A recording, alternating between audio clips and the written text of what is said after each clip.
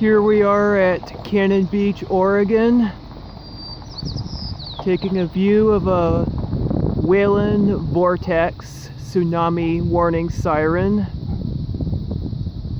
It's right here on the corner of First and Larch. See that sign right there? This is a rotator siren. I've heard that they test it on the first Wednesday of every month, and I found YouTube videos of it before, and they sound like mooing cows.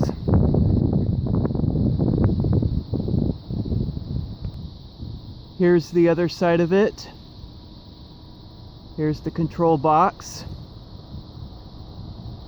If you want to check out videos of the Cannon Beach mooing cow siren, search for that.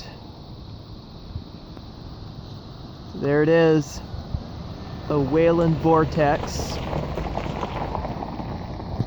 So that's it for the video.